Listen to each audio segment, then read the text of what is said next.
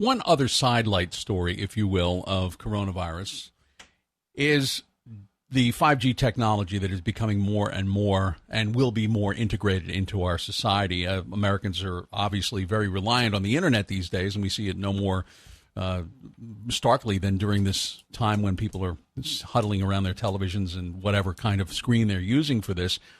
And throughout this pandemic, it has been, that is 5G technology, something that people have been looking at closely to support remote work, which may be the new normal.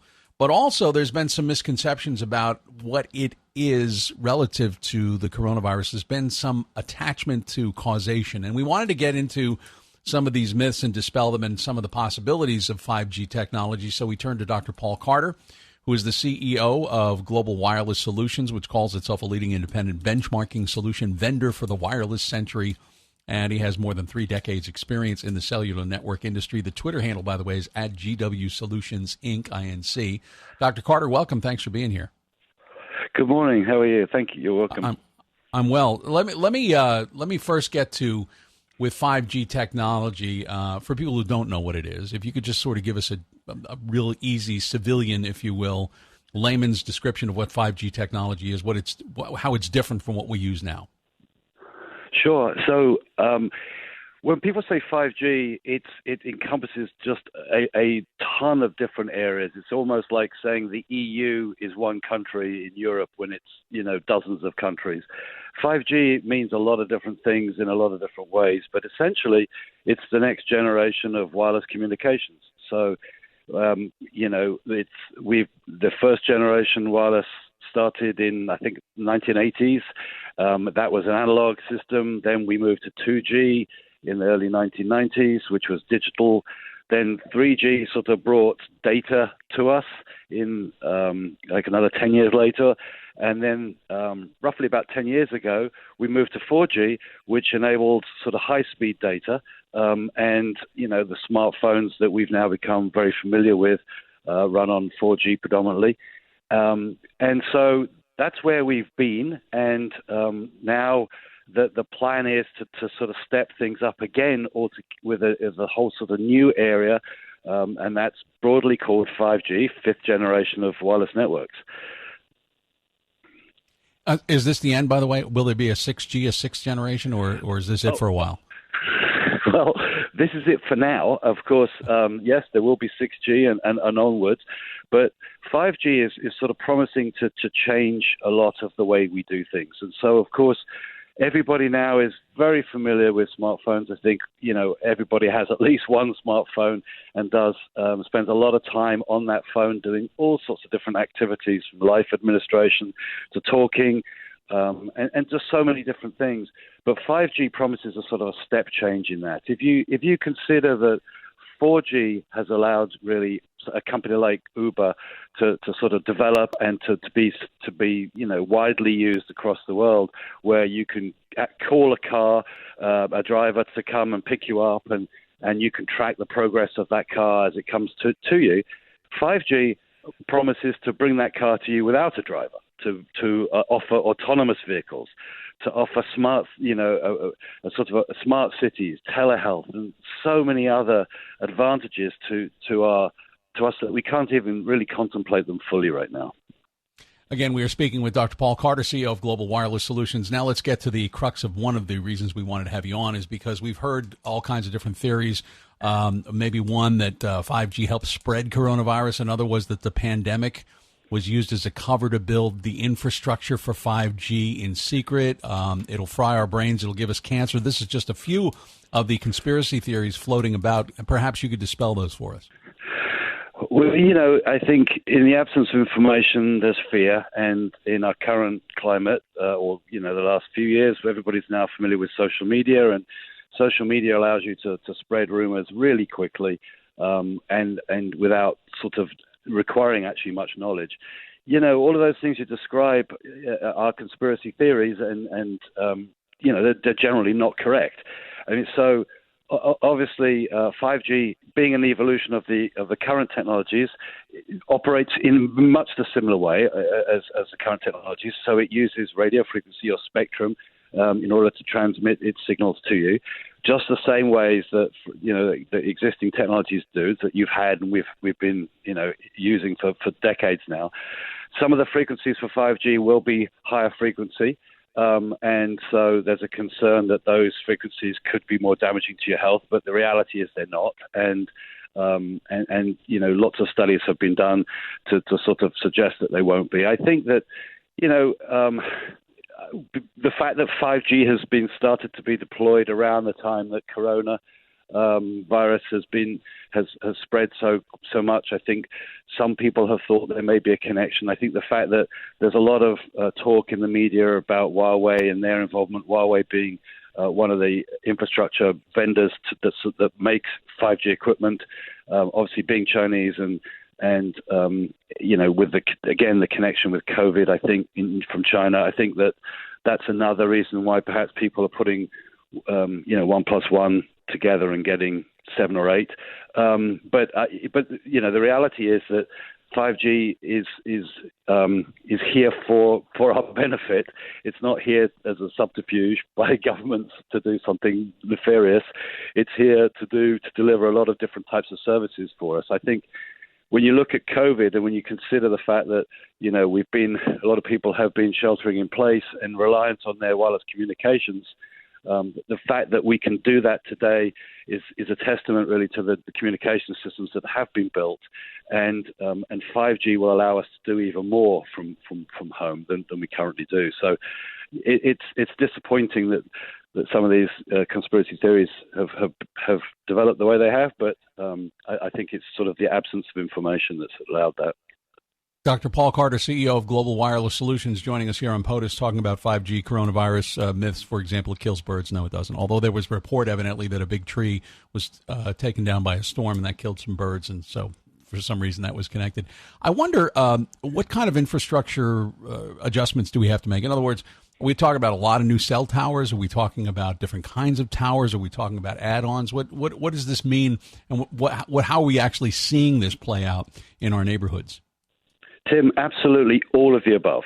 So, again, in order for us to have communications where we live, work, and play, and everywhere in between, we need coverage everywhere. And in order to get coverage, we need cell towers, sites, masts, whatever you want to call them. And so when we currently can't get a connection to the network, we get frustrated. And if we're in a parking lot deep underground a building, we still want to use our phones. So in order to get that coverage, you need more sites. The other thing about 5G is that it's going to be using a wider range of spectrum. And I mentioned earlier, some higher frequencies. The problem with higher frequencies is that the signal doesn't travel as far. So in order to accommodate that, you need to deploy more sites. So there will be more and more cell sites built, oftentimes in urban areas, in order to do some of the things, like I mentioned, the autonomous car, the telehealth, the smart cities, the smart buildings, all these other things that we're going to want from our networks. We're going to need more capacity as well. And so in order to get more capacity and higher density, we're going to need more cell sites. But some of them will be low, on street lampposts. Some of them will be add-ons to existing locations. Some of them will be out in the rural areas on the tall masts that they are today. They'll just be replacing existing equipment with newer equipment. So it's going to be all of the above. But that process is going to take time. So it isn't an instant switch. That's another sort of, I think, concern that some people have. They think 5G is here and 5G is ready. 5G is being deployed. It's sort of really the early days, if you like, of the deployment. As I mentioned, with 1G to 2G to 3 to 4, each of those took around about 10 years of lifespan, and 5G is just beginning. So it'll take time to have 5G everywhere. It'll take time to have 5G deployed in all sorts of different configurations. Is it compatible with 4G? In other words, the people would be able to use devices and now be connecting with 5G, or is it going to require new devices to be able to use it? Yeah, both. You're asking some great questions, Tim. So actually, the initial deployment of 5G actually requires 4G. It's not standalone, as they call it. It's 5G in conjunction with 4G. So the devices that you're buying today that are 5G compatible will be both 5G and 4G. Over time, there will be 5G only capabilities, and that will allow the higher speeds and the lower latency, which is required for gaming and some other activities. But as always, when you buy new devices, you get new functionality, and it's to your advantage, if you like, to buy the latest and greatest, because that gets you access to all the best capabilities on the networks. And Dr. Carter, you'd also mentioned something about rural, and this is obviously a big concern, and we've even heard this discussed during the election. And I wonder if this makes, for example, fiber optic connection and connectivity obsolete. Does this take its place, or is this just an add-on to that? Well, in technology, you always sort of need lots of different approaches to solve the solution. And so, I don't think it necessarily eradicates it. Obviously, for rural areas, rural areas are quite large oftentimes, and it's hard to sort of deliver the service across a whole broad area. And so there are lots of different solutions needed. But and so I think to some degree it's add-on.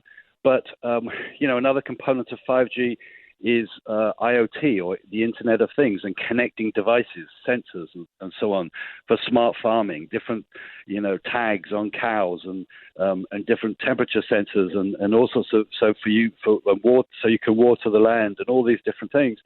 So all of that can be deployed in lots of different ways. 5G obviously supporting a lot of that, and so I think yes, you need all of that. You still need backhaul from the site location. You need communications from the end site back to somewhere, and so that's achieved sometimes wirelessly, sometimes with fiber, sometimes with other cables.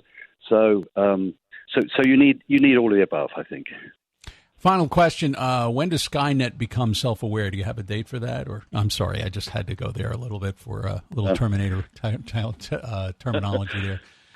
No, this sounds like an exciting but a kind of a scary world. I don't. Well, I mean, look, when landline phones were first installed, when Bell or whoever put those in all those years ago, people were worried that their privacy was gone, that they would never be able to hide again, that people could always phone them at home and they would never be able to hide. And obviously, we found a solution to that: just not answer the phone. But each new technology brings with it advantages and concerns. But I think right now the fact that we've been in this sheltering in place situation, and we've relied so heavily on our existing communication systems, and they've supported us so well through the last few weeks. I think the fact that if you look to the future, and now you want to be able to do remote surgeries from your house through VR and AR and all these other things, 5G is going to be required to sort of achieve that. So I think it's a brave new world, and I think it's a really exciting future for us. I do appreciate you joining us. I know I asked a lot of questions that are sort of simple for people who know and have followed the developments, but I'm kind of behind in really understanding what 5G is about. I do appreciate the answers for the questions today. Absolutely. I think there's a really good questions, because I think the problem with 5G to some degree is that each new technology in the past has been obvious what it's delivering to us, whereas 5G is so wide in terms of its definition and what it's going to deliver to us. I think the message has been a little bit confusing for people to understand, and so I do think it's important to ask the questions you're asking. I do appreciate your answering them. Thank you, Dr. Carter. You're welcome. Bye-bye. Dr. Paul Carter is CEO of Global Wireless Solutions, which it calls itself a leading independent benchmarking solution vendor for the wireless industry. Some of the ins and outs and some of the conspiracy theories, the false information out there about coronavirus and the causation and whether or not it's connected to 5G, and it's not. So that's one of the things we wanted to get him on for. But we wanted to talk about this technology that is going to be very much a part of your future in this country. His Twitter handle, by the way, is at GW Solutions Inc. at GW Solutions INC.